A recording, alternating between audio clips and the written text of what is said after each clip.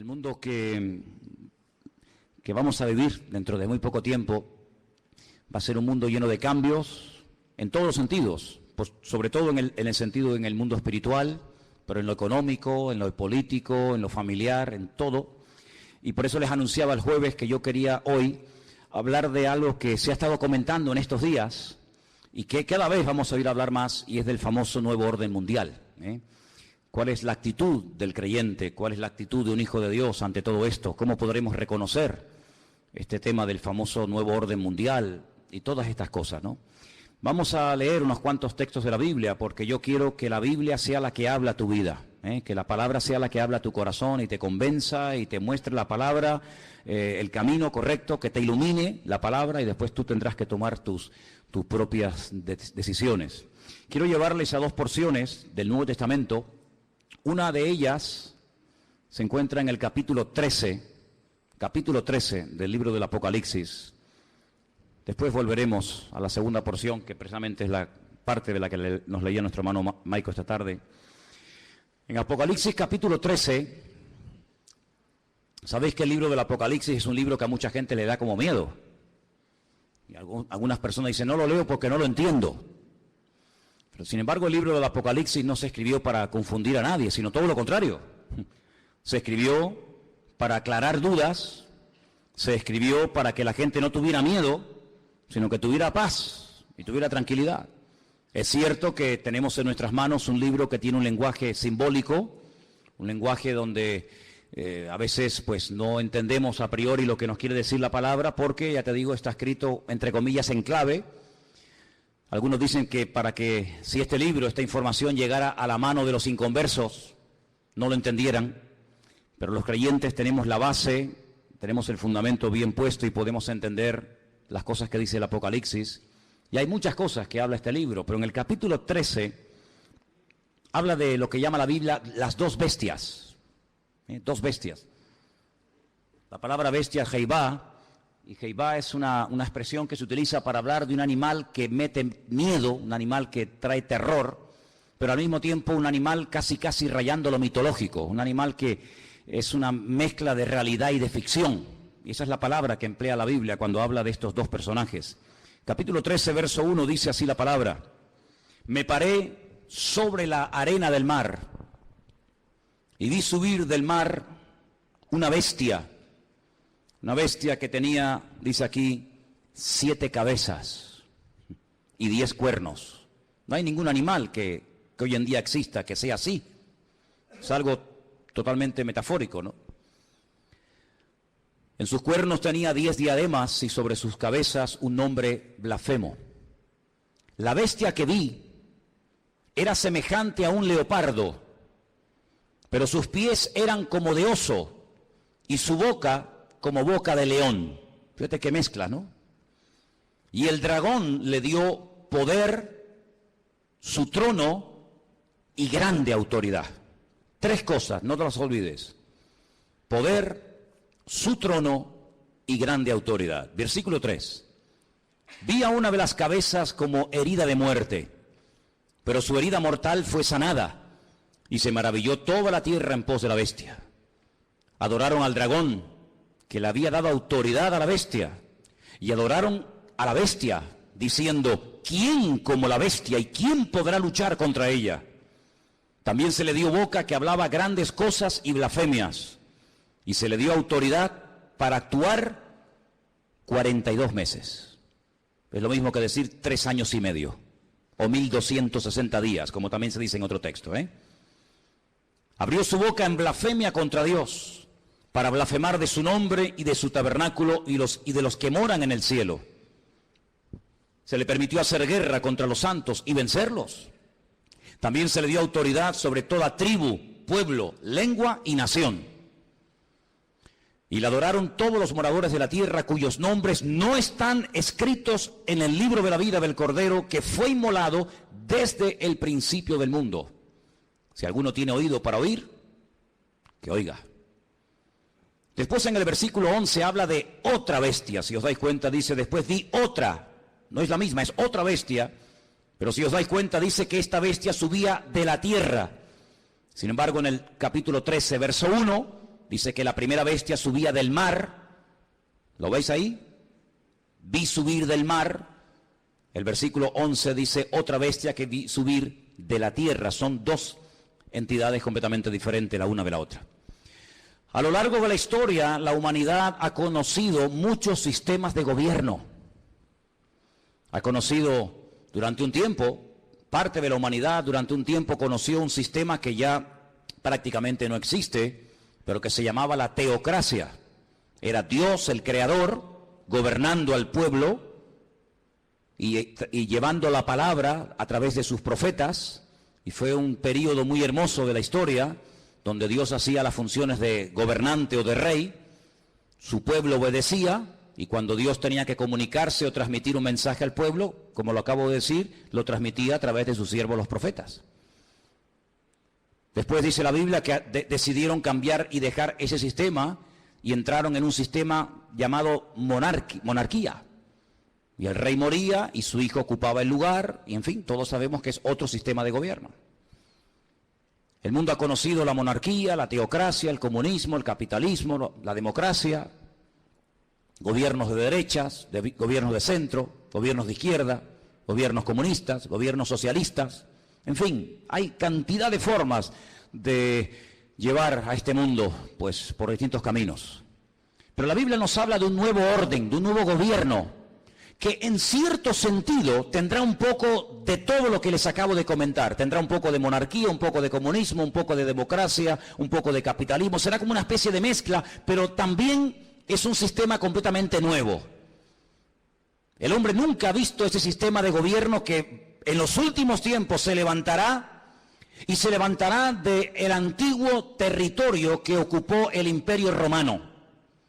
Yo no sé cómo estáis de geografía y de historia, pero el antiguo Imperio Romano conquistó prácticamente todo el continente europeo, de punta a punta, todo el Magreb, todo lo que son las naciones del norte de África y parte de Oriente Medio, incluido Siria, Egipto, Palestina y otros países más. De ese antiguo territorio romano, un territorio enorme, la Biblia nos enseña que en los últimos tiempos se formará un nuevo orden mundial, se levantará un gobernante que no sabemos su nombre, pero sí tenemos muchísima información acerca de este personaje, que no es un personaje de la mitología, ni es una especie de engendro entre algo espiritual y algo físico, sino que será un hombre de carne y de hueso, con padre, con madre, con genealogía, con lugar de nacimiento, con pasaporte, etcétera, etcétera. Digo esto porque a veces Hollywood y algunas películas muestran al famoso anticristo como una especie de relación entre Satanás y una mujer, y nace ahí una cosa que no sabe si es un demonio o es un niño. Olvídense de eso.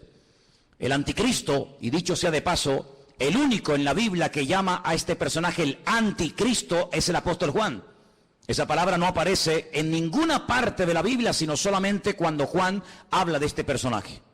Anticristo, alguien que se opone a Cristo, alguien que ocupa el lugar de Cristo, porque el anticristo no será un ateo. Satanás no es tonto. Satanás sabe perfectamente que lo espiritual siempre al hombre le tira, por un camino o por otro. Luego el anticristo no será un ateo, sino será una persona que caerá en lo más bajo que puede caer un ser humano, y es en la egolatría. Es pretender recibir adoración como si fuera un dios. Esto no es nada nuevo.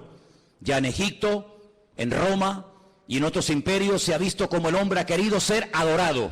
Y al faraón se le llamaba el hijo del dios Ra, el hijo del sol.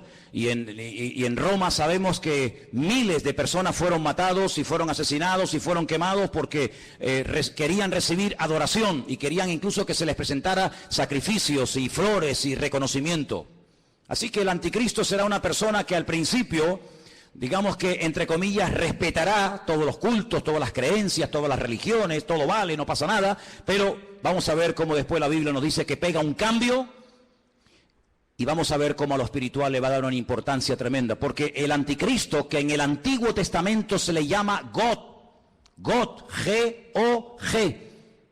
Cuando usted lee, por ejemplo, los libros del profeta Ezequiel, usted se va a dar cuenta de que al que llamamos nosotros el anticristo, en el Antiguo Testamento se le llama God.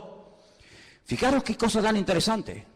Satanás, que es un perfecto imitador de las cosas que Dios hace o que va a hacer, llama a este personaje en el Antiguo Testamento God, y es un nombre que la primera y la última letra de su nombre es la misma, es la G, la Gimel en hebreo.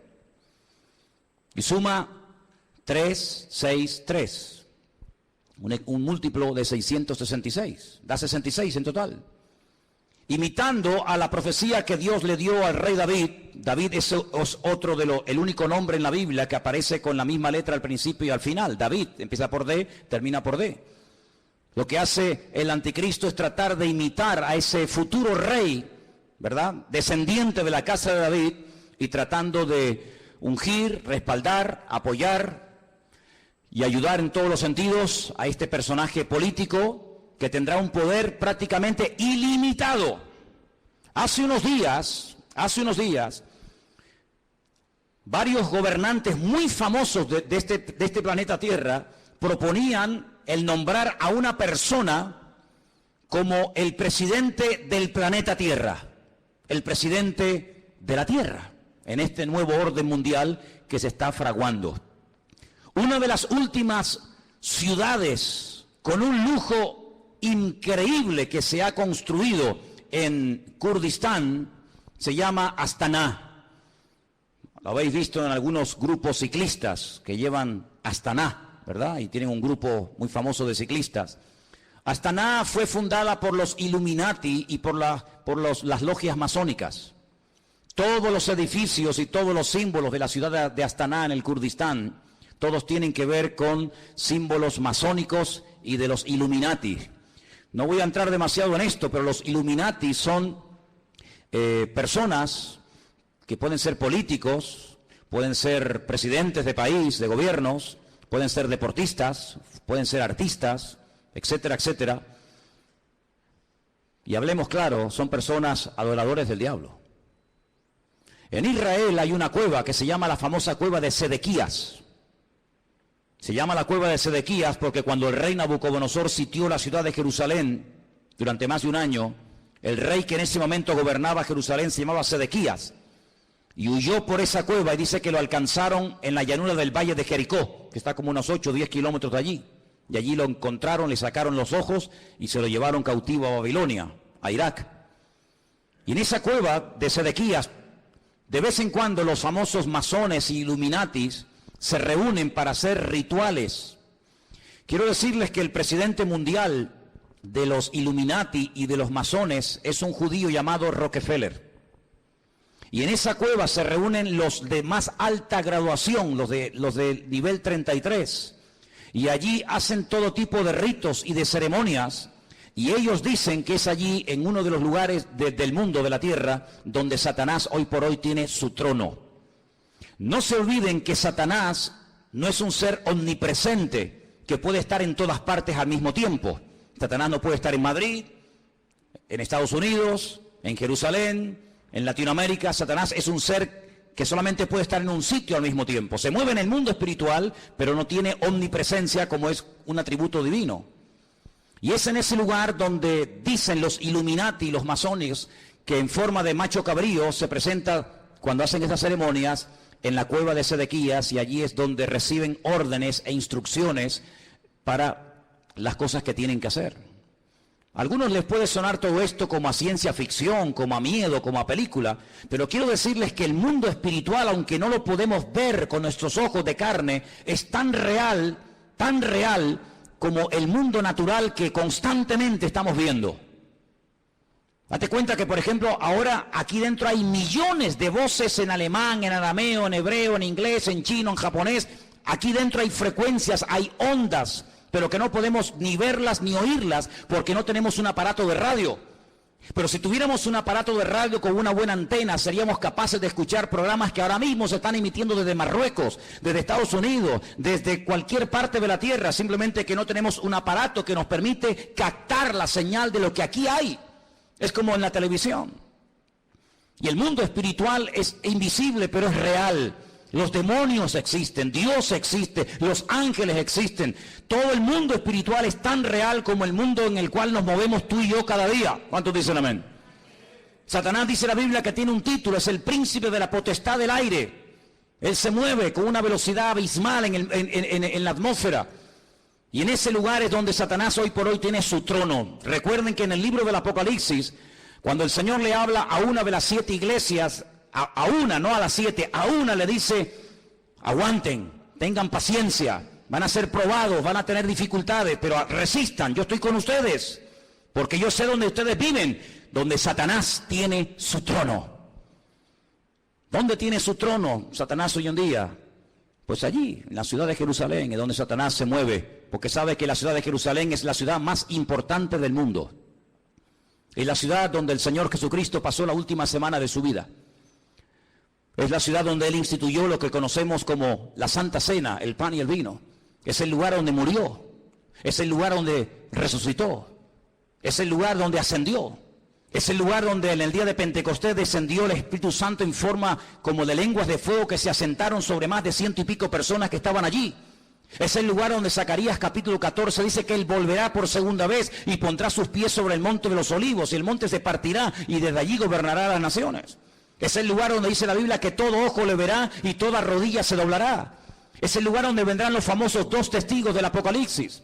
Es el lugar donde Dios tendrá su sede de gobierno. Es una ciudad mencionada en más de 3.500 ocasiones en la Biblia, en el Antiguo Testamento. Es una ciudad importantísima. Es un lugar donde se está orando permanentemente, de noche y de día, por esa ciudad, pero es un lugar también donde Satanás tiene puestos sus ojos, porque sabe lo que allí va a pasar y lo que allí ya está pasando.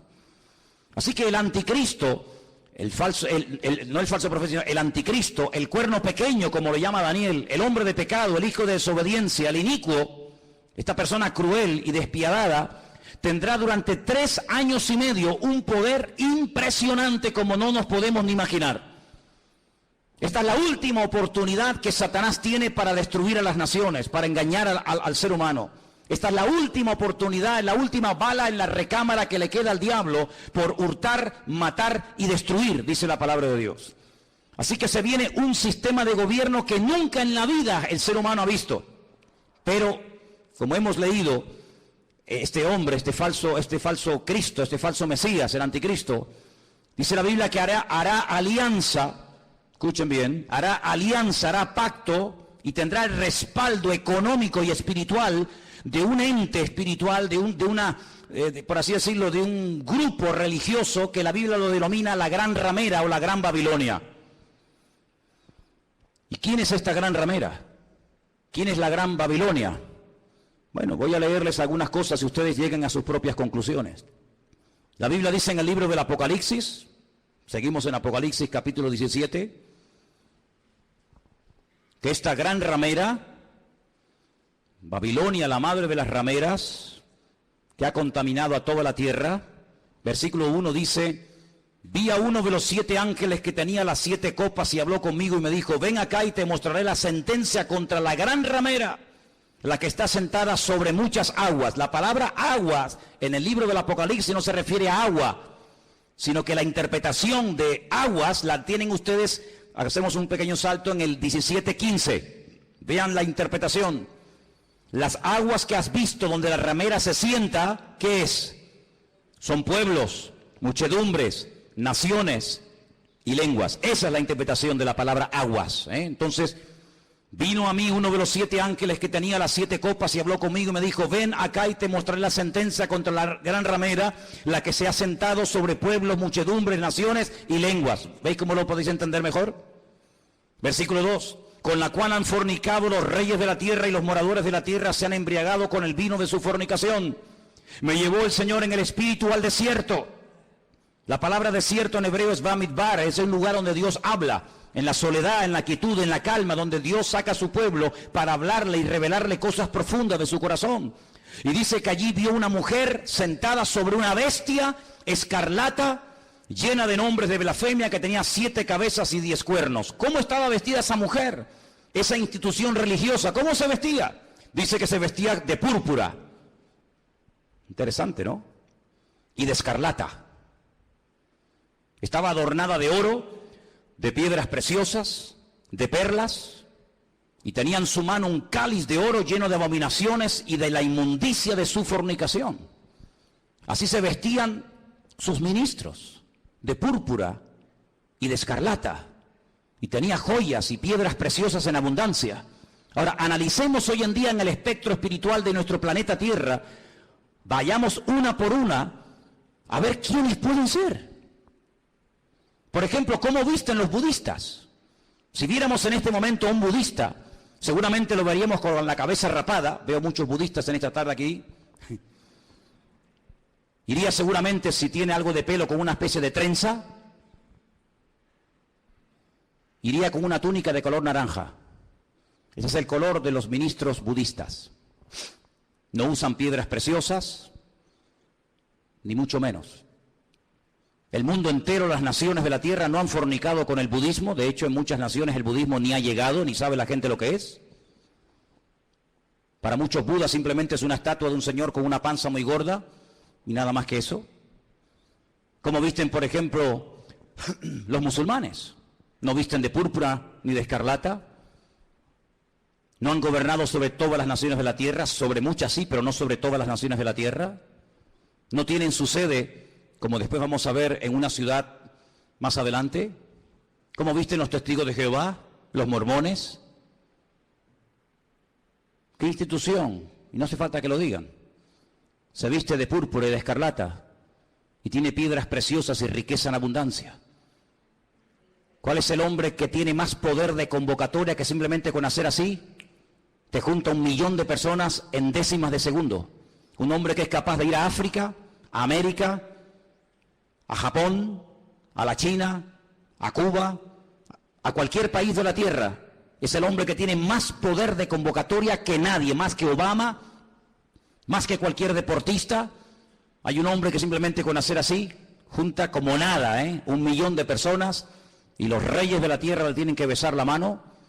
Incluso el rey de España ha ido y se le ha inclinado. ¿Qué te parece, amigo? Y por si los datos te parecen cortos, en el versículo 18 dice: la mujer que has visto es la gran ciudad que reina, no que reinará, dice que reina sobre los reyes de la tierra. Allí donde la gran ramera tiene su sede. ¿Y cuál era la ciudad que en el momento de escribir el libro del Apocalipsis reinaba sobre toda la tierra?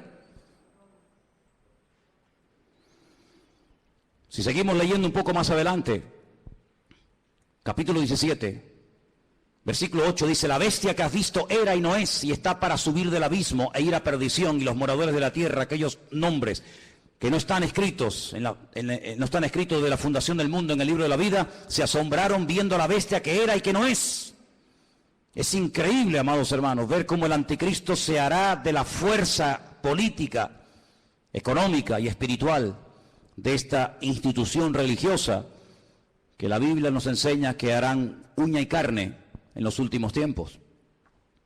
Ahora bien, este anticristo no podrá hacer lo que le da la gana, sino que tiene un periodo muy corto de tiempo para llevar a cabo, digamos, su plan maléfico, que número 1 consiste en destruir al Estado de Israel. Hay una obsesión, siempre había una obsesión contra el judío. El judío es el chivo expiatorio de la historia. Cuando en Alemania había crisis y cuando Alemania no levantaba cabeza, incluso había perdido territorio en la Primera Guerra Mundial, ¿a quién se le echó la culpa? A los judíos. ¿Quiénes pagaron los platos rotos en la Segunda Guerra Mundial? Fundamentalmente los judíos y otras personas también, pero mayoritariamente los judíos. Cada vez que hay un problema, cada vez que hay un conflicto, la culpa la tiene el judío. Hay centenares y centenares de libros que nos hablan acerca de que si no existiera ese pequeño país que tiene tan solo 300 kilómetros de largo, 22.000 kilómetros cuadrados, un país que prácticamente es que ni se ve en el mapa, un 0,7% de la población mundial, todos los problemas del mundo se solucionarían. Pero permítame decirles que durante la Primera Guerra Mundial Israel no existía y hubo una guerra mundial. Y durante la Segunda Guerra Mundial Israel no existía y se mataron 60 millones de personas en territorio europeo y esa gente no existía, no estaban allí como pueblo. Pero siempre se ha tratado de buscar una especie de chivo expiatorio al cual echarle la culpa de todos los problemas. Y hay muchos libros que dicen que si Israel no existiera, si ese país no existiera, si se arrasara completamente a esta gente, el mundo sería un mundo de paz, un mundo más equilibrado, un mundo donde no habría tantas guerras y rumores de guerras. Así que el primer objetivo de este personaje es ganarse la confianza del Estado de Israel. ¿Y cómo se ganará según la Biblia la confianza de los judíos para que durante un tiempo corto, pero al fin y al cabo un tiempo, lo apoyen? Pues muy fácilmente, permitiéndoles cumplir el sueño que todo judío tiene durante 2000 años. No lo han perdido jamás. Han estado de aquí para allá, los han matado, los han quemado, los han crucificado, les han hecho de todo, pero siempre han tenido una obsesión en la mente, y es poder volver a Jerusalén y poder volver a ver reconstruido el templo de Jerusalén. El templo de Jerusalén fue destruido en el año 70 por las tropas romanas, capitaneadas por Tito, el hijo de Vespasiano, y desde el año 70 de la era cristiana hasta hoy, allí no hay templo. Los romanos araron aquel lugar, le cambiaron el nombre a Jerusalén y le pusieron Aelia Capitolina, le cambiaron el nombre de Israel por Palestina, para que nunca más nadie se acordara que una vez hubo una ciudad en la historia de la humanidad llamada Jerusalén y un país llamado Israel. Pero todos sabemos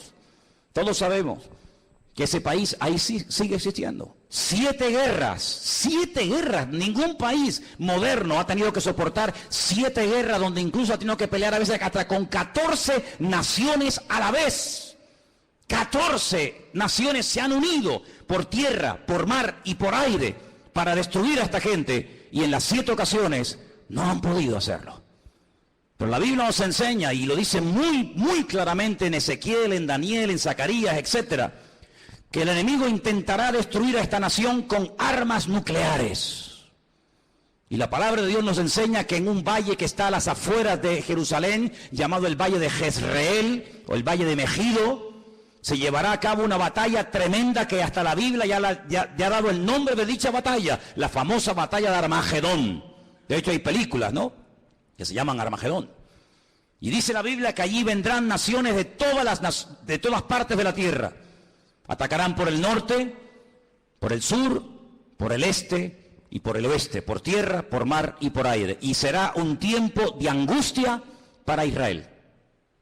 La palabra de Dios nos enseña que más de 200 millones de soldados, escuchen bien, a Juan también le asombró, imagínate, nos asombra a nosotros escuchar esta cifra, imagínate a Juan hace 2000 años en la isla de Patmos escribiendo el Apocalipsis. 200 millones de soldados se unirán con un solo objetivo: destruir al pueblo de Israel. ¿Y por qué tanta obsesión por destruir a Israel? Lo he dicho muchas veces y lo vuelvo a repetir, por una sencilla razón.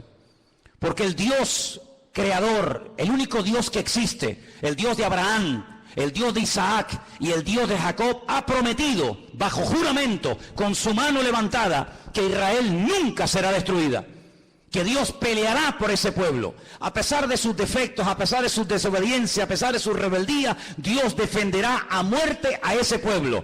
El país, la nación, el imperio que sea capaz de destruir a Israel demostrará, número 1, o que Dios miente o que Dios no existe.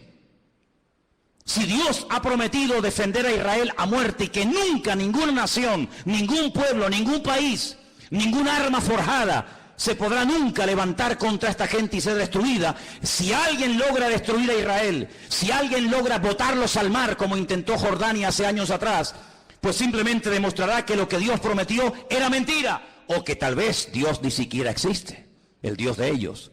Por lo tanto, el enemigo está tratando de demostrar por todos los medios habidos y por haber que Dios miente. Ya lo hizo en el principio de los tiempos, en el libro del Génesis.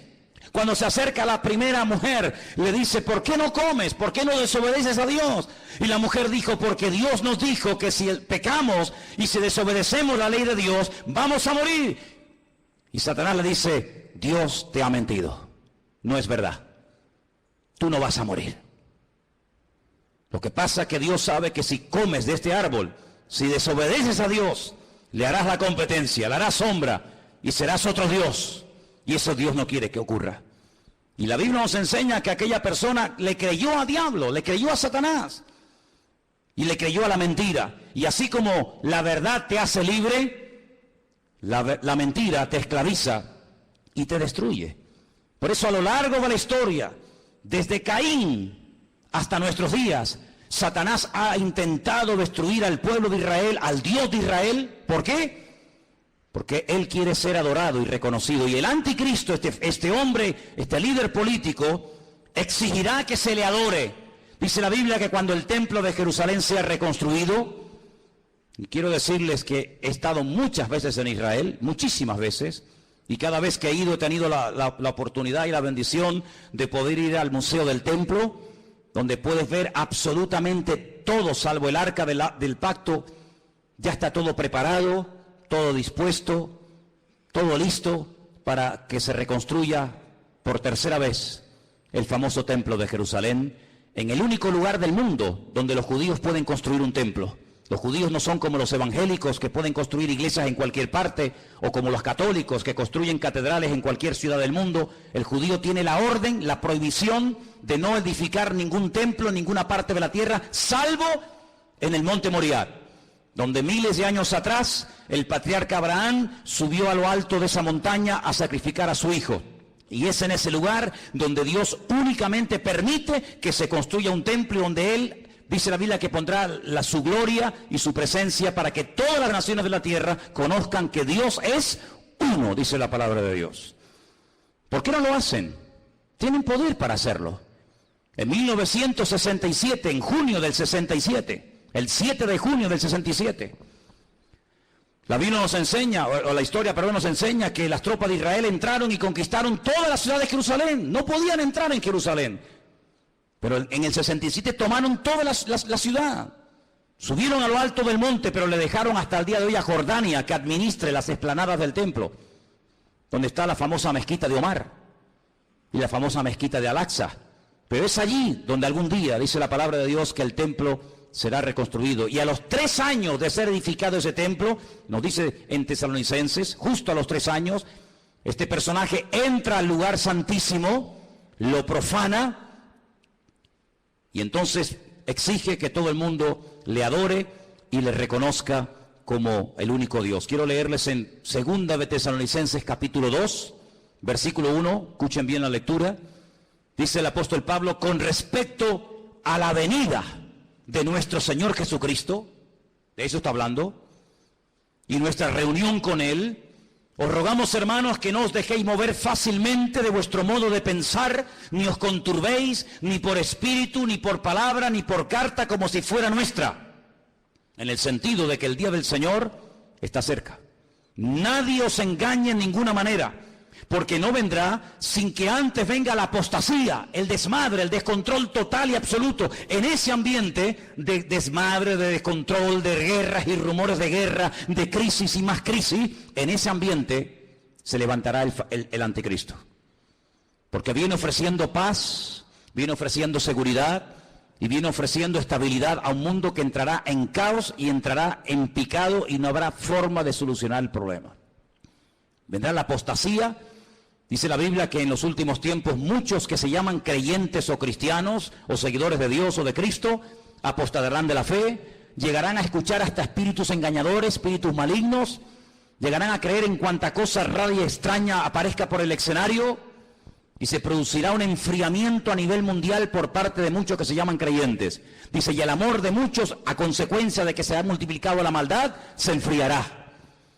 Y si aquellos días no fueren acortados, nadie se podría salvar. Dice, más por causa de los escogidos, y por ahí están los listos de turno, que siempre dicen, no, pero los escogidos son los judíos, no somos nosotros. Eso es mentira. Están engañados. Si están enseñados, están engañados. La palabra escogido es ecleto. La palabra ecleto aparece en Primera de Pedro, cuando Pedro le escribe a gentiles, no a judíos, a gentiles, y les dice, vosotros que antes no erais pueblo, si eran judíos, eran pueblo. No, pero es que vosotros no erais pueblo, porque el único pueblo que Dios tuvo en el pasado fue Israel. Vosotros que no erais pueblo, ahora sois pueblo de Dios. Real sacerdocio, amén. Nación santa, pueblo escogido por Dios, para que anunciéis las virtudes de aquel que os llamó de las tinieblas a su luz admirable. Es decir, la palabra que toma Pedro, que es ecleto, es exactamente la misma que aparece en Lucas 21 y en Mateo 24, cuando habla de escogidos. Dios tiene solo un pueblo, Dios no tiene dos pueblos, Dios tiene un solo pueblo. Y en ese pueblo forman parte todos aquellos hombres y mujeres que han aceptado a Cristo como su Señor y Salvador personal. Punto. ¿Cuántos dicen amén?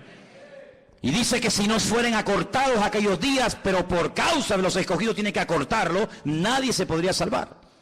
Entonces dice que cuando venga la apostasía, muchos, no todos, muchos se apartarán. Y estamos viendo gente que antaño predicaba el evangelio, ya ni lo predican, ni sirven al Señor, ni se congregan. Y no se asusten ni se sorprendan. Pedro dice, hermanos, no os sorprendáis, como si alguna cosa extraña estuviera ocurriendo. Ya os hemos predicado, ya os hemos profetizado, ya les hemos escrito. Dice, y después de mi partida, yo procuraré que ustedes tengan memoria de esto, para que no se olviden, que muchos se apostatarán de la fe, que muchos se apartarán, que muchos se olvidarán de Dios, incluso hasta lo van a renegar y lo van a rechazar. Dice que cuando venga, antes de que venga el Señor, tiene que venir la apostasía y se manifieste el hombre de pecado, el hijo de perdición. ¿Y qué hace este hombre? Versículo 4, se opone, se levanta contra todo lo que se llama Dios o es objeto de culto. No permite que haya todo tipo de religiones y todo tipo de creencias, sino que va a ser una persona que va a controlar el tema espiritual o religioso. Dice, y es de tal manera este personaje cruel, que dice que se sienta en el templo de Dios, como Dios, haciéndose pasar por Dios.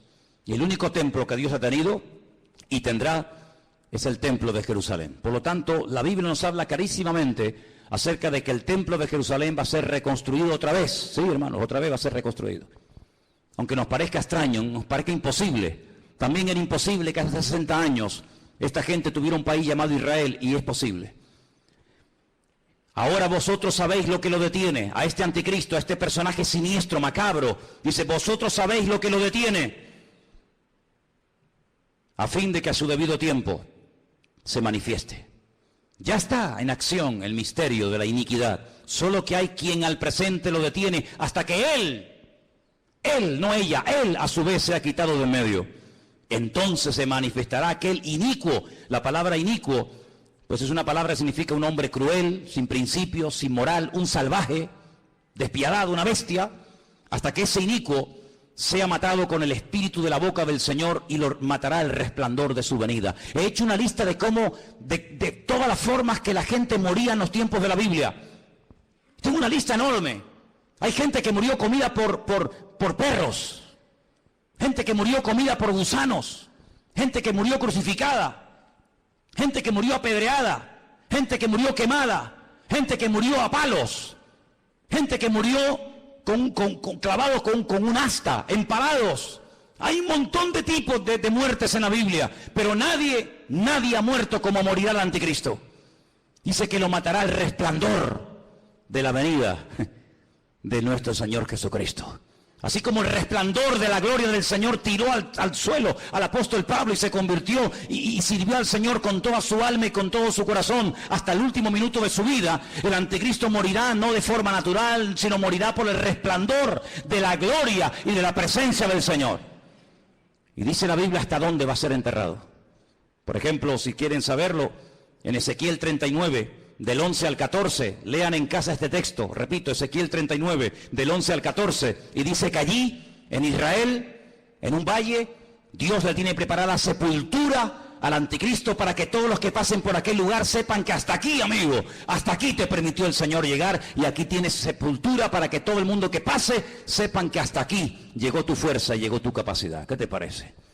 Así que este personaje es un personaje político, que tendrá el apoyo de esta institución llamada, según la Biblia, la Gran Ramera o la Gran Babilonia, y durante 3 años y medio atormentará a las naciones, durante 3 años y medio tratará de llevar a las naciones al auténtico desastre y al auténtico caos, y hay muchos datos acerca de este personaje en la Biblia. Les voy a leer algunos, se van a quedar sorprendidos lo que la Biblia nos dice acerca de este hombre. Por ejemplo, en capítulo 7 de Daniel, miren lo que dice acerca de este personaje, Daniel 7. Los 10 cuernos significan que aquel reino se levantarán 10 reyes, después se levantará otro, el cual dice será diferente, totalmente diferente. Hablará palabras contra el Altísimo, fíjate, está obsesionado con Dios. Hablará palabras contra el Altísimo, contra los santos del Altísimo y los quebrantará. Pensará, fíjate qué cosa, pensará en cambiar los tiempos y la ley. Hacer un calendario nuevo, leyes nuevas. Qué curioso que la semana pasada, a punto de que se firme este nuevo tratado de libre comercio, donde desaparecerán los aranceles y los impuestos que hay que pagar en la aduana, y podrán viajar las mercancías desde China a Estados Unidos, de Estados Unidos a Europa, de Europa a Oriente Medio, etcétera. Alguien dijo que ante estos cambios globales, mundiales, que están a punto de suceder en poco tiempo, donde se ha vuelto a reunir el famoso Club Bilderberg y muchos políticos han ido a Roma a hablar con el Papa, y donde el G7 se ha reunido otra vez como casi clandestinamente, porque están a punto de producirse y de firmarse acuerdos que van a cambiar el mundo en cuestión de días. Qué interesante que todo esto está ocurriendo aquí, en nuestras narices. Pero es interesante notar que en esa reunión alguien se levantó y dijo, y esto ha salido publicado en la prensa, que lo que hace falta es establecer un nuevo sistema también de justicia. Es decir, la justicia, las leyes, los abogados, los magistrados que tenemos en este momento no sirven, no pueden llegar a tener el control de la justicia que hace falta para estos cambios que se vienen. Hace falta otro tipo de jueces, otro tipo de abogados, otro tipo de fiscales. Qué curioso, cambiar las leyes. Una de las instituciones que el anticristo quiere cambiar es la justicia. Y quiere hacerlo lo más injusta posible. Parece que una paradoja, ¿no? La justicia que sea injusta. La ley del embudo, donde el que tiene cada vez tendrá más y donde el que no tiene cada vez tendrá menos. Querrá cambiar la justicia, la política, el orden social. Dice la Biblia que una de las cosas que harán los que tienen poder para dictar leyes es presentar leyes terribles como si fueran buenísimas. Y leyes que han sido buenísimas, que han preservado a las naciones de la destrucción, leyes con un principio moral, leyes con un principio de perdón, de misericordia, desaparecerán, y a lo malo lo presentarán como bueno y a lo bueno como malo.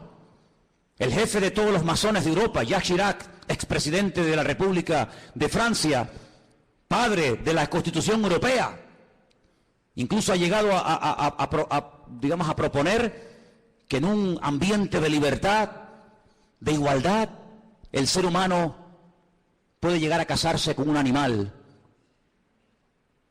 y hacer una ceremonia oficial donde si te enamoras de tu vaca o de tu perro te puedes casar con él, o si tu perro se enamora de ti no sé si le dirás sí o no. Y eso es lo que él ha llegado a proponer, que todos los seres humanos sean equiparados al nivel de las bestias, y donde un animal puede casarse con un hombre con un animal. Y cosas terribles. En la Biblia nos habla como de engendros, donde se mezcla la biotecnología, donde se mezcla lo físico, lo espiritual, y verás cosas que tú te que es un robot, un ser humano. Hay personas que ya están siendo operadas y se córtame las piernas y los brazos.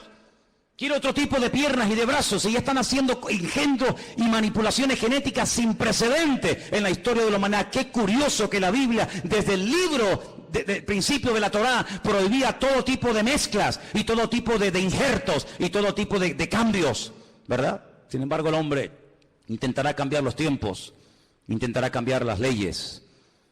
Serán entregados en sus manos por tiempos y la mitad de un tiempo. Es lo mismo, 3 años y medio, 42 meses. Pero se levantará el juez con mayúscula, le quitará el dominio, será destruido y arruinado, y el reino y el dominio y la majestad y los reinos bajo el cielo serán entregados al pueblo de los santos, cuyo reino es reino eterno, y todos los dominios le servirán y le obedecerán al Rey de Reyes y al Señor de los Señores. ¿Cuántos dicen amén? Capítulo 8 nos da más datos sobre este hombre. Dice: y en cuanto al cuerno que fue quebrado, se levantaron otros 4 en su lugar. Significa que 4 reinos se levantarán de esa nación, aunque no con la fuerza de él. Estos 10 cuernos, constantemente, en esta tarde habéis oído 10 cuernos, 10 cuernos. Son 10 naciones que se van a unir en los últimos tiempos para pelear. Qué curioso que por primera vez en la historia ha habido una coalición de 10 naciones árabes que en este momento están atacando Yemen, en este momento están atacando Siria y otras naciones del Medio Oriente. 10 naciones, qué curioso, una coalición de 10 cuernos. Bueno, la Biblia le dijo a Abraham que 10 príncipes saldrían de sus lomos a través de Isaac, ¿verdad? Y dice en el capítulo 8, verso 23... al fin del reinado de estos, cuando los transgresores lleguen al colmo, se levantará un rey altivo de rostro y entendido en enigmas, imitando a Salomón, que dice que venían de todas las naciones de la tierra para hacerle preguntas difíciles, y a todo lo que le preguntaban él respondía. El anticristo tendrá una sabiduría impresionante, diabólica, pero la tendrá. No te olvides que el Señor, cuando creó a este ser tremendo, que no era en ese momento Satanás, sino un querubín, dice que lo dotó de una sabiduría espectacular, de una hermosura sin precedentes. Satanás es capaz de hablar en todos los idiomas de la tierra, de entender todas las cosas que jamás en la vida le podrán caber en el cerebro a ningún ser humano. Y todo eso se lo dará, dice la Biblia, poder, autoridad, respaldo, apoyo a este personaje. Verso 24, y su poder se fortalecerá, pero no con su fuerza propia. Causará grande ruina y prosperará. Qué curioso, por una parte causa ruina y por otra parte prospera. Qué tremendo que los que causan ruina a los demás siempre son prosperados ellos. Es interesante, ¿no? Causan ruinas, destruyen pueblos, saquean ciudades, hacen destrozo, pero estos que le arruinan la vida a millones de seres humanos, luego son los tipos más ricos del mundo. Y uno dice, ¿cómo es posible que este hombre que ha sido elegido por el pueblo, o se puso él teóricamente para ayudar al pueblo, no solamente nos complique la vida y nos arruine y nos mate, y encima el tipo este tenga fortunas en Suiza, sabe Dios dónde? Así será el anticristo. Hará arbitrariamente, es decir, hará lo que le da la gana. Destruirá a los fuertes y atacará al pueblo de los santos. Israel va a ser atacado, Israel lo sabe. En este momento solamente Irán, escuchen bien esto, solamente Irán. El otro día hubo una reunión a más alto nivel. La República iraní le dijo a Israel, si me atacas, Israel quiere atacar las centrales nucleares, porque Irán acaba de firmar un acuerdo donde permite que los observadores internacionales entren en instalaciones civiles, pero no en las militares. Insiste continuamente de que todo el arsenal que Rusia le está proporcionando de uranio es simplemente para hacerle la vida a los iraníes más fáciles, pero todo el mundo sabe, porque lo han dicho, no es nada que se oculte, porque lo han dicho, que el objetivo de ellos es literalmente hacer un festival nuclear en la ciudad de Jerusalén. Arrasar a Israel y borrarlos de la faz de la tierra. Israel se está pensando muy seriamente hace mucho tiempo atacar las bases militares nucleares. Irán le dijo, si me atacas, tengo en este momento 80.000 misiles apuntando hacia la ciudad de Jerusalén. ¿Qué te parece, amigo? Solamente Irán, sin contar otras naciones que le rodean. 120 millones de enemigos contra 7 millones. Es una desproporción muy grande, ¿verdad? 120 millones contra 7 millones. Con su sagacidad hará prosperar el engaño. Todo lo que estamos viendo de corrupción, de engaño, de ladrones y sinvergüenzas que han saqueado y robado lo que les ha dado la gana, que entran por una puerta y salen por la otra, todo esto es simplemente un pequeño botón de muestra, como preparándonos psicológica y mentalmente para lo que viene. Dice que este hombre, con sagacidad, con trampas, con triquiñuelas, con mentiras, hará prosperar el engaño, se engrandecerá en su corazón y sin previo aviso atacará y destruirá a muchos. Estoy leyendo la Biblia, no estoy leyendo nada raro, estoy leyendo la Biblia. Se levantará contra el príncipe de los príncipes, pero será quebrantado, aunque no por mano humana. Fijaros cómo el enemigo ha ido adaptando la estrategia según los tiempos. Caín, el primer asesino, se levanta y mata a su hermano Abel, pero no mató ni a su padre, ni a su madre, ni al otro hermano. Dejó a más gente viva que los que realmente mató, ¿sí o no? Qué curioso, Caín mató a uno, pero dejó vivo a más gente. Cuando pasa el tiempo, dice la Biblia que otra persona que también tiene el mismo espíritu de Caín, pero elevado a la máxima potencia, va más allá y dice, en vez de matar a uno, matemos a todos, pero solamente a los varones. Y deja a todas las mujeres vivas. Sabemos también que Moisés se salvó y etcétera. Pero fíjate, Caín mató a uno, pero dejó vivos a otros. Pero Faraón quería matar a todos los varones y la muerte iba en aumento. Pero cuando no lo consiguió, el mismo espíritu de Caín que habitó en Faraón salpicó y se apoderó de aquel rey perverso de Amán, allí en los tiempos de la reina Esther, y dijo, no solamente a los hombres, sino a los hombres, a las mujeres, a los niños, y arrasemos con todo. Es decir, que no ha ido a menos, sino que la maldad siempre ha ido a más, siempre ha ido a más. Por lo tanto, todo lo que hemos visto a lo largo de la historia son simplemente pequeñas pinceladas de lo que le espera a esta tierra. Si saltamos al capítulo 11 de Daniel, sigue dando datos muy interesantes. Dice aquí, hará este rey según su voluntad. Se ensoberbecerá, se engrandecerá sobre todo Dios, y contra el Dios de los dioses hablará. Y dice aquí, y prosperará. Es increíble, ¿eh? Y prosperará. Por eso dice la Biblia, no tengas envidia del hombre malo que prospera en su camino. Porque a veces los malos también son prosperados, pero no por Dios. Y dice aquí, hasta que sea consumada la ira y lo que está determinado se cumpla. Ahora fíjate qué dato tan interesante. Yo sé, y algunos seguramente me lo harán notar, que en el texto original no existen palabras con mayúscula y palabras con minúscula. No existe ni en griego ni en hebreo palabras con mayúscula y con minúscula, que en nuestro idioma es muy importante, porque no es lo mismo la palabra Dios con minúscula que la palabra Dios con mayúscula. No es lo mismo la palabra Señor con minúscula que la palabra Señor para referirnos a Dios en mayúscula. En la Biblia hay un término específico para cada palabra, por lo tanto no hace falta recurrir a esto de mayúsculas y minúsculas. Pero en nuestra Biblia dice en mayúscula, del Dios de sus padres. Luego sus padres eran creyentes. Los padres del anticristo eran creyentes del verdadero Dios. Porque dice, del Dios, repito, con mayúscula de sus padres, no hará caso. Fue criado en una educación, digamos, religiosa, correcta, con el Dios verdadero. Lo mamó en la casa con sus padres, pero dice, no hará caso de ese Dios, de esa enseñanza. Y dice algo interesante que puede tener varias interpretaciones. Ni del amor de las mujeres hará caso. ¿Quiere decir que será un homosexual? ¿Que no se casará? Interprételo usted como quiera. Pero dice que a este hombre no le interesa perder el tiempo. Ustedes saben que cuando un hombre se enamora de una mujer se vuelve medio idiota, medio tonto, ¿no? Por lo tanto, él dice, yo tengo un objetivo y si enamorarme de esta o de aquella me va a quitar mi tiempo, dice, ni hará caso de las mujeres. Increíble. No respetará a Dios alguno, porque contra todo se engrandecerá. Honrará en su lugar al Dios de las fortalezas. Y tú dices, ¿este quién es? El Dios de las fortalezas. No hará caso del Dios verdadero que sus padres le inculcaron y le enseñaron. Dejará ese Dios verdadero y comenzará a adorar, dice aquí, al Dios de las fortalezas. Ahora, el libro de Daniel es el único libro de la Biblia que está escrito en dos idiomas diferentes. Todos los libros del Antiguo Testamento están escritos en hebreo y los del Nuevo Testamento en griego, pero Daniel no.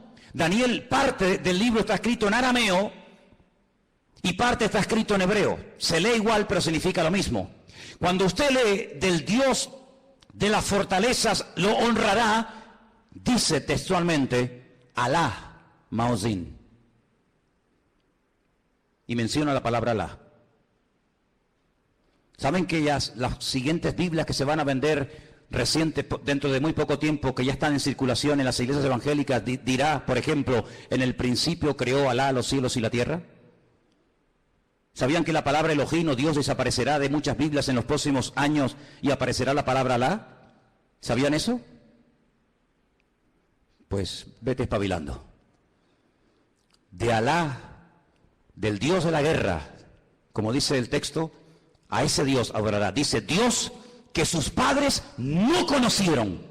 No tiene nada que ver la adoración a ese Dios con el Dios que sus padres le enseñaron. Y dice, lo honrará con oro y con plata, con piedras preciosas y con cosas de alto precio. Hermanos, esto se escribió hace más de 3000 años, ¿eh? Es impresionante cómo hace más de 3000 años el profeta Daniel sabía detalles de la vida de este hombre que en aquel momento lógicamente no existía y que está a punto de aparecer. Y dice, con un Dios ajeno se hará de las fortalezas más inexpugnables y colmará de honores a los que le reconozcan y con precio repartirá la tierra. Pero al cabo del tiempo el rey del sur contenderá con él y se levantará contra él como una tempestad. También le irá mal al anticristo, no te quepa la menor duda, también le irá mal. Pero durante un tiempo, aparentemente, las cosas le van a funcionar. Ante este panorama de este nuevo orden mundial, ante este panorama donde ya el famoso chic que habéis oído y que sabéis que está por ahí por el mundo dando vueltas, donde el dinero en muchas naciones ya ha desaparecido, no es que va a desaparecer, ya ha desaparecido. En Suecia usted va con dinero y no lo puede usar. Ya no se usa dinero para pagar nada en Suecia. Todo es con otro sistema. Pues dice la palabra de Dios que en los últimos tiempos se va a implantar a nivel mundial un nuevo sistema comercial, donde ya no hará falta llevar dinero. Lo puede perder, se puede olvidar de él, se deteriora, se gasta, se pierde, te lo pueden robar. Sino dice la Biblia que se va a implementar un sistema que en sí es un sistema buenísimo, pero hay que ver lo que viene detrás. Y es un sistema donde dice la Biblia que nadie podrá llegar ni a comprar nada, ni a vender absolutamente nada, ni un litro de leche, hermano, ni una barra de pan en la panadería, ni nada de gasolina para el coche. Nadie podrá, bajo ningún concepto, comprar ni vender, a menos que lleve implantado en su cuerpo un microchip, como el que llevan los perros, hace muchos años, donde simplemente con un aparatito, cualquier veterinario del mundo sabe cómo se llama ese perro, dónde vive, si está vacunado, si no está vacunado, cómo se llama el dueño, dónde vive y qué hace y qué no hace.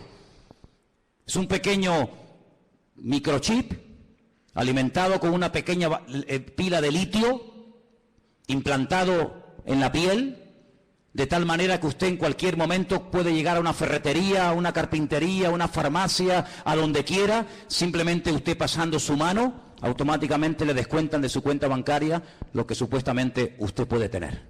Así no tiene problema de que nadie le robe, de que nadie le quite nada. Y usted dirá, pero eso es una locura. No es ninguna locura. Muchísimos soldados del ejército norteamericano, muchísimos multimillonarios ya le están poniendo a sus hijos este especie de microchip. ¿Por qué? Porque tiene muchas ventajas, aparentemente. Y es que usted está localizado 24 horas del día, aunque esté metido en un submarino bajo tierra o bajo el mar. Usted está localizado permanentemente, porque los satélites captan esa señal, captan esa radiofrecuencia en cualquier lugar donde usted se encuentre. ¿Cómo podía saber Juan, un pescador de Galilea, hace 2000 años atrás, en un pequeño país llamado Israel, que algún día en el mundo, en el planeta Tierra, habría un sistema tan sofisticado, donde la gente ya no usaría dinero para comprar, ni para vender, ni para viajar, sino que simplemente llevando ahí una especie de chique en la mano, pasándolo por una especie de escáner o de máquina, la gente podría llevar una vida normal? ¿Cómo podía ese hombre saber eso hace 2000 años? No lo sabía. Dios se lo dijo. Y Dios se lo reveló. Porque aquí el que controla el pasado, el presente y el futuro es nuestro Dios. Y el Apocalipsis está escrito en pasado. Porque esa es una de las características del tema profético en la Biblia, que el futuro se cuenta en pasado. Y por eso dice la Escritura que para conocer el futuro hay que conocer el pasado. Porque el que no conoce lo que Dios ha hecho, no sabrá nunca lo que Dios hará en el futuro. ¿Qué podemos hacer los que nos llamamos cristianos o queremos ir en serio con el Señor ante este panorama? Bueno, es interesante notar que una de las profecías que se tenía que cumplir en los últimos tiempos es que el río Éufrates, saben que Irak está bañada por dos grandes ríos, el Éufrates y el Tigris. Es una de las zonas donde estaba el famoso Jardín del Edén. Llegaría un momento que se tendría que secar para que tropas del norte, dirigidas por Rusia, vinieran en dirección a la tierra gloriosa, entrando por los famosos Altos del Golán, en el norte de Israel. Bueno, pues Siria construyó hace ya muchos años una presa que deja totalmente seco el río Éufrates, así, en cuestión de minutos. Eso está profetizado también en el libro del Apocalipsis. La palabra del Señor nos enseña que los tiempos se acortan, y dice Mateo capítulo 24 lo que tenemos que hacer en estos tiempos los creyentes, y te lo leo. Mateo 24, del 37 en adelante, presta atención a lo que dice la palabra. Dice así: como en los días de Noé, así será la venida del Hijo del Hombre. Como en los días de Noé. ¿Cómo eran los días de Noé? ¿Cómo era su generación, sus vecinos, sus amigos? ¿Cómo vivía la gente en aquellos tiempos? Dice la Biblia que había violencia y agresividad por todas partes. No piensen ustedes que se vive tan tranquilo en todas partes de la tierra como de momento vivimos aquí. Muchos de los que están aquí pueden dar testimonio de que naciones hermosas y tremendamente ricas, es muy difícil hoy por hoy vivir en ellas debido al alto índice de muerte, de destrucción que hay. La gente tiene miedo a salir a las calles. Dice la Biblia que llegará el momento en el que la gente más pacífica, aquella chica que cuando caminaba dice que ni siquiera se atrevía a poner el pie en tierra, de lo delicado y de dulce que era, ten cuidado porque se te puede llegar a convertir en tu peor enemigo. Donde los padres serán capaces de entregar a sus hijos, donde los hijos serán capaces de traicionar y de vender a sus padres, etcétera, etcétera. Como los días de Noé, violencia, agresividad, perversión, algo impresionante. Si nos metiéramos a dar datos de la cantidad de perversión que hay con niños, con jovencitas en muchas partes del mundo y muchas muy cerca de aquí, nos quedaríamos realmente sorprendidos de ver cómo hemos superado con creces a las famosas ciudades de Sodoma y Gomorra. La perversión ha llegado a unos niveles indescriptibles. Sigo leyendo en el versículo 38. Porque como en los días antes, días hermano, no años, días antes del diluvio, ¿qué hacían? Comían, bebían, se casaban, se daban en casamiento hasta el día en que no entró en el arca. ¿Cómo es posible que está a punto de venir un diluvio, que vamos a morir todos como ratas, que no hay escapatoria? Y te estés casando, pero ¿casando para qué? Si mañana vamos a morir todos. Y haciendo negocios a largo plazo, y haciendo inversiones, y comprando, y vendiendo, y comiendo, y bebiendo, cuando te quedan 20 horas de vida. Oye, si tú supieras, dime la verdad, hermano y hermana, si tú supieras con toda seguridad que te queda una hora de vida, ¿qué harías? Dime qué harías. ¿Llamarías ahora a tu hijo, a tu hija? ¿Harías algo? No, todavía queda mucho tiempo, sí. Esa actitud de diferencia, de decir, bueno, no hay tanta prisa, tampoco es para tanto, no exageres tanto, Manolo, que todavía queda mucho tiempo, que soy muy joven, que queda mucha vida por delante. Sí, también al que enterré ayer le quedaba mucha vida por delante. Y con 44 años recién cumplido el lunes, ahora está donde todos sabemos que está. Toda la vida le quedaba por delante, claro. Un chaval con 44 años, pues, hombre, pues imagínate tú lo que puedes vivir, casi otros 40 años más. Pues no, se acostó a las 9 de la noche. Y a las 7 de la mañana, su vida se apagó. ¿Qué te parece?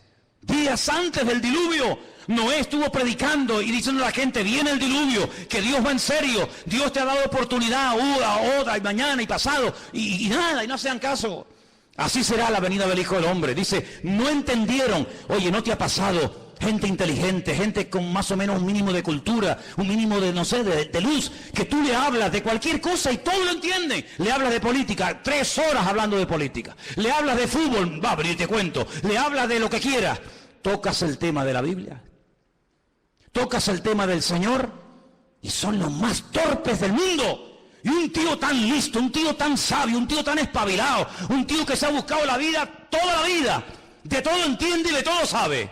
Lo dejas en el desierto y el tío sobrevive. Lo dejas en el Himalaya y el tío se busca la vida. Cuando le hablas del Señor, no entiende nada. ¿Leíste la Biblia? Sí, pero no la entendí. Pero tío, ¿cómo es posible que leas el periódico, leas la revista y todo lo entiende? Y cuando te hablo de Dios, no entendieron. Hay como una nube, hay como una ceguera espiritual. ¿Por qué se creen que comencé el culto cantando abre mis ojos? Piensan que todo esto es casualidad, que detrás de esto no hay oración y preparación y dice...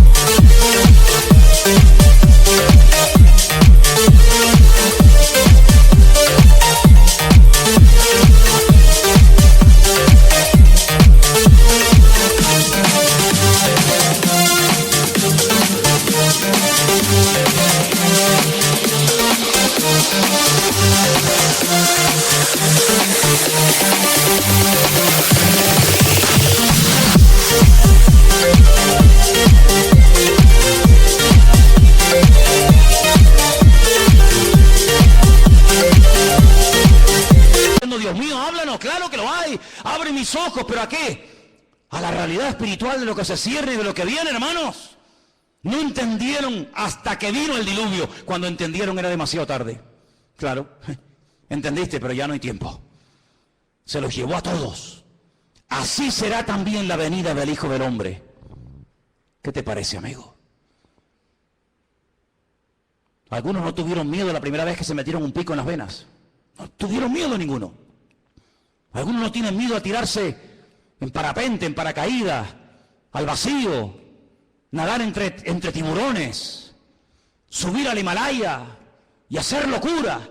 Y venga a beber, y otra. No tienen miedo, pero cuando llega la hora de poner ese valor al servicio de Dios, son unos cobardes. Y la Biblia los llama así, ¿eh? La gente que no tiene valor para creerle a Dios los llama cobardes. Valientes para lo malo, cobardes para lo bueno. ¿No entendieron? Dice, pero por eso estarán dos en el campo. Uno se va y otro se queda. Dos mujeres estarán moliendo en un molino. La una será tomada y la otra será dejada. Y ahora viene la palabra, escúchala. Velad, velad, porque no sabéis a qué hora. Es verdad, pero tal y como están las cosas, la hora no la podemos saber, pero ¿qué quiere que te diga? Viendo todas las piezas del puzzle, uno las va juntando por aquí, las va juntando por allá, lo que oye por aquí, lo que oye por allá, lo que me cuenta fulano, lo que yo he leído, lo que me han contado, lo que yo veo tal, y va juntando y dice, Dios mío, nos queda poco, la hora imposible, pero el Señor está cerca. ¿Cuántos lo saben? Sabed esto, que si el padre de familia supiera que hora el ladrón va a venir, velaría y no dejaría minar su casa. Lógico. Si yo sé que esta noche a las 3 de la mañana me va a venir alguien a robar la casa, yo no duermo. Yo no lo voy a recibir con una Biblia, ¿eh? Yo me hago de un palo o de un hacha, lo que haga falta. Que venga a las 3 de la mañana. Que venga. Te voy a dar la del pulpo, te voy a dar. Pero si yo no sé que viene a las 3, yo me voy a dormir, me levanto mañana. Y cuando me levanto digo, ¡ay va! Que me han robado, que me han quitado esto, que me han quitado lo otro. Pero dice la Biblia, cuando tú sabes que el Señor viene pronto, tú no estás distraído, tú no estás atontado, tú no estás agobiado. ¿Qué es lo que hace el diablo? A uno los revienta a trabajar, como a los judíos en Egipto. Que trabajen como mulas. Así no piensan, así van a llegar a la noche a la cama rendidos. Pero el diablo también a otro le dice, no trabajes tanto. ¿Para qué trabajar tanto? Y los tiene todo el día ociosos, sin pegar palo al agua, y entran en depresiones. Se aburren, comienzan a tontear con esta, a tontear con el otro, mensajitos a este, mensajitos al otro. Entonces los dos extremos. O te revienta a trabajar para que no tengas tiempo ni para orar, ni para leer la Biblia, ni para congregar. No, estoy muy cansado, no puedo. No, es que no tengo tiempo. O te lleva al otro extremo y dice, no pegues un palo al agua, no seas tonto. Y estás todo el día buscando un juguetito en lo que entretenerte. ¿Qué te parece? El diablo no es tonto, ¿eh? El diablo no es tonto. Sabed esto, que si el padre supiese a qué hora habría de venir, velaría y no dejaría minar su casa. Por lo tanto, tenéis que estar preparados, porque el Hijo del Hombre vendrá a la hora que no penséis. ¿Cuántos dicen amén? Os voy a dar una cita para que la leáis tranquilamente en casa. Se titula El Anticristo. Está en Primera de Juan 2, del 18 al 24. El Anticristo. Una de las características de este hombre, ¿cuál será? Ahí está. Primera de Juan 2, del 18 al 24.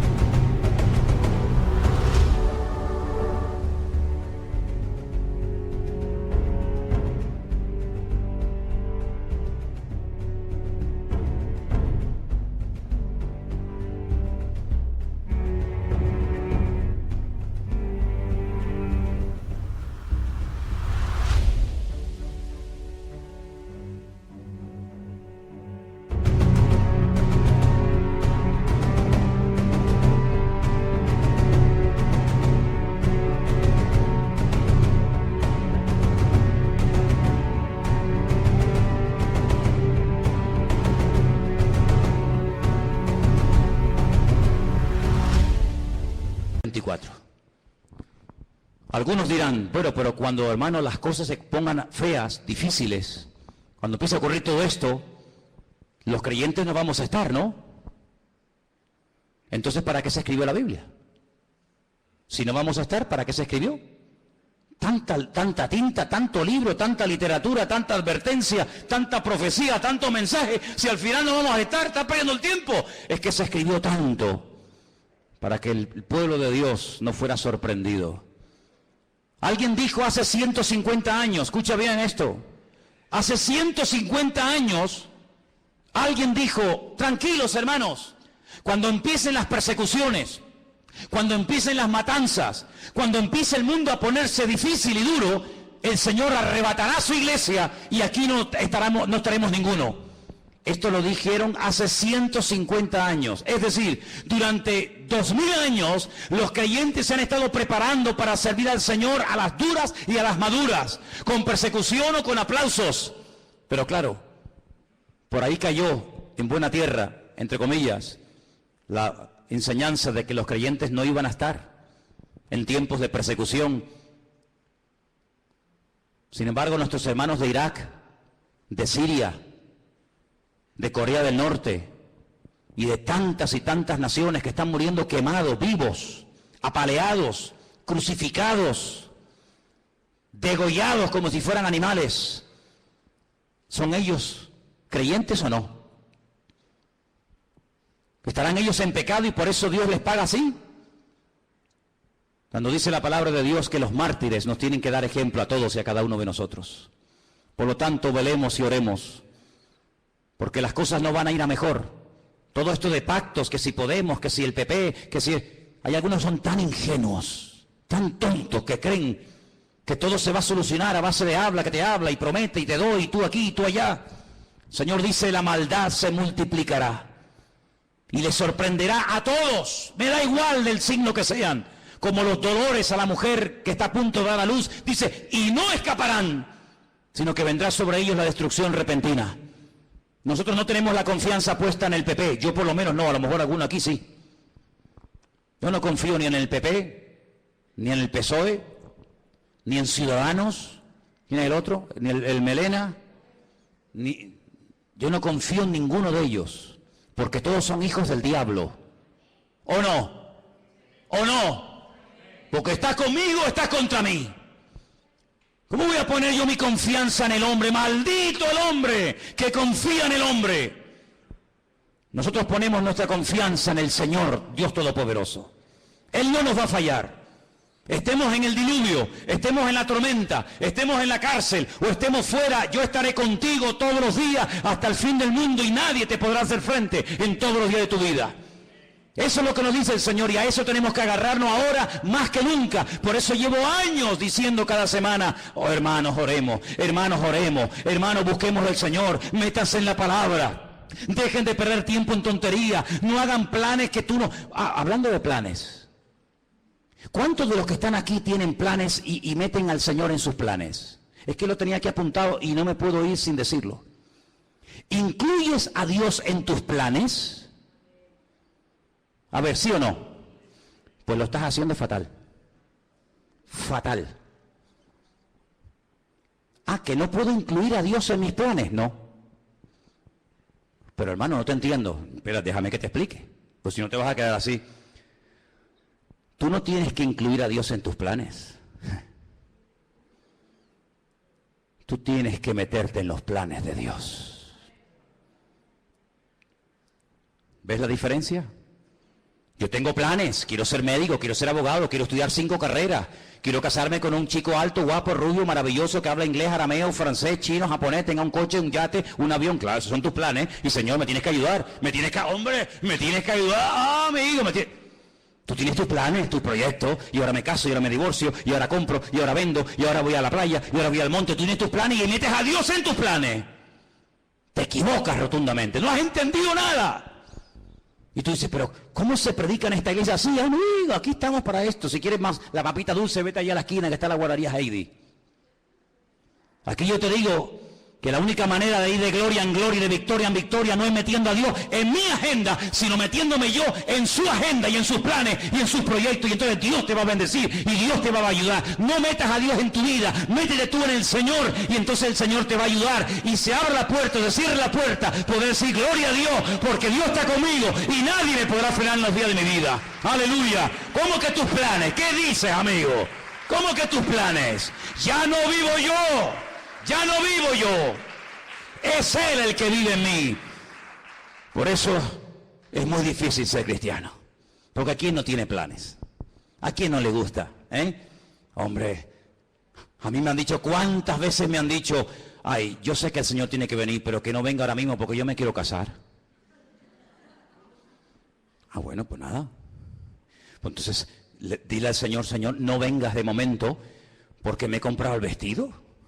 Me compran los zapatos. Y claro, si vienes, ¿cómo me los pongo? Esa es como me dijo a mí una chica cuando inauguramos esta iglesia hace 14 años atrás. Tuvimos culto sábado y domingo. Y el sábado le dije, mira, cantas tú y tú, y el domingo cantan otras hermanas Y me dice, no, hermano, yo canto el sábado y el domingo. Digo, no, tú cantas el sábado y otro el domingo. Que no, digo, hombre, ¿cómo no? Vamos a ver. Y digo, pero ¿tú por qué tanto empeño en cantar también el domingo? Y me dice, porque me he comprado 2 vestidos. Me he comprado uno para el sábado y otro para el domingo. Y si no canto el domingo no me van a ver el vestido nuevo. Y yo le dije, pero ¿tú vienes aquí a la iglesia para presumir de vestidos? Porque si vienes aquí a aparentar y a presumir, aquí te sobra el sitio, hija. Así que ahora no vas a cantar ni el sábado ni el domingo. Mira lo que te digo. Pues aquí no venimos a verte a ti. Aquí venimos a adorar al Señor. Y cogió y se fue. Se fue a cantar donde le aplaudían. Pero aquí al único que aplaudimos, y le pido que ahora le deis un aplauso a Él, es al Rey de Reyes y al Señor de los Señores. A Él sea la gloria por los siglos de los siglos. Amén. A Él solamente. Aleluya. Fuertes aplausos a nuestro Dios, hermano. Amén, amén, amén. Aleluya. Amén. Nada más que a Él. Todo lo demás sobra. ¿Cuánto tiempo va a reinar el anticristo? ¿Cuánto tiempo va a estar este personaje, este tipejo? ¿Cuánto tiempo? Lo hemos leído. Tiempos y la mitad de un tiempo. 42 meses, 1 año y medio, 3 años y medio. ¿Eso es lo que va a durar? 3 años y medio. ¿Pero cuánto va a durar el reino de nuestro Dios? Por los siglos de los siglos. Amén.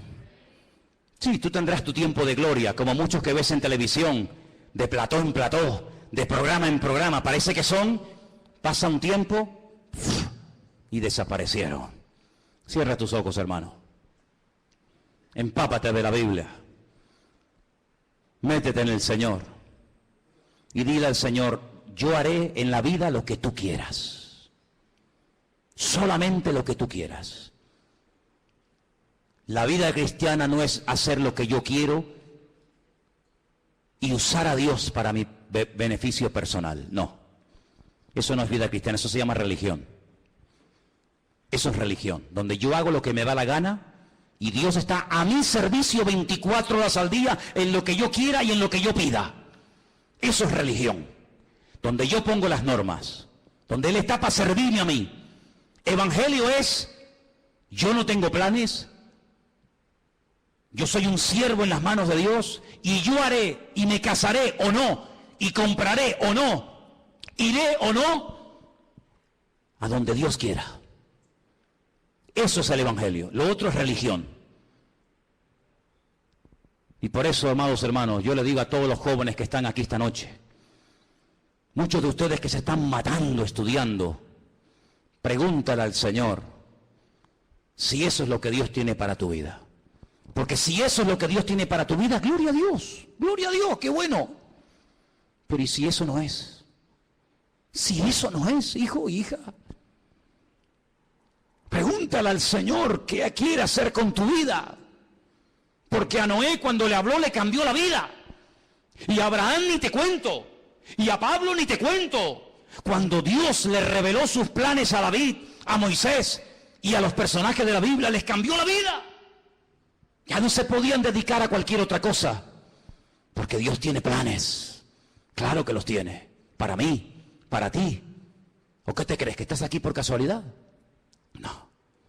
Dios nos ha traído hoy aquí, como dice el cántico, para no volver atrás. Aleluya. Y en esta tarde, cuando te acerques a este pan y a este vino, dile al Señor, te lo pido, dile: Señor, quiero hacer tu voluntad, Señor. Quiero hacer tu voluntad. Bendito sea el nombre del Señor. Señor, ayúdanos a darnos cuenta que el mundo, como tu palabra profetiza, irá de mal en peor. Pero nosotros iremos de gloria en gloria y de victoria en victoria, porque tú así lo has determinado para tu pueblo. Señor, sabemos que el mundo te ha dado las espaldas, sabemos que el mundo no se somete a tu voluntad ni a tu palabra. Así les va. Pero pedimos, Señor, que a nosotros, tus hijos, este rebaño pequeño, nos des la bendición de servirte y de estar preparados para lo que le viene a este mundo encima. Este mundo va a ser sacudido, todas las naciones de la tierra van a ser zarandeadas como el trigo. Pero te pedimos, Señor, que tú nos protejas y nos libres del maligno. Y podamos con tu ayuda y con tu bendición mantenernos firmes contra las acechanzas del maligno. Ayúdanos, Señor, en esta noche a tomar conciencia de los tiempos que se avecinan, Padre. El mundo está haciendo sus movimientos, reuniones por aquí, reuniones por allá. Ellos saben a dónde apuntan, ellos saben lo que quieren. Ayúdanos también a nosotros, mi Dios, a estar preparados para que estas cosas no nos sorprendan como ladrón en la noche. Bendito sea Jesús.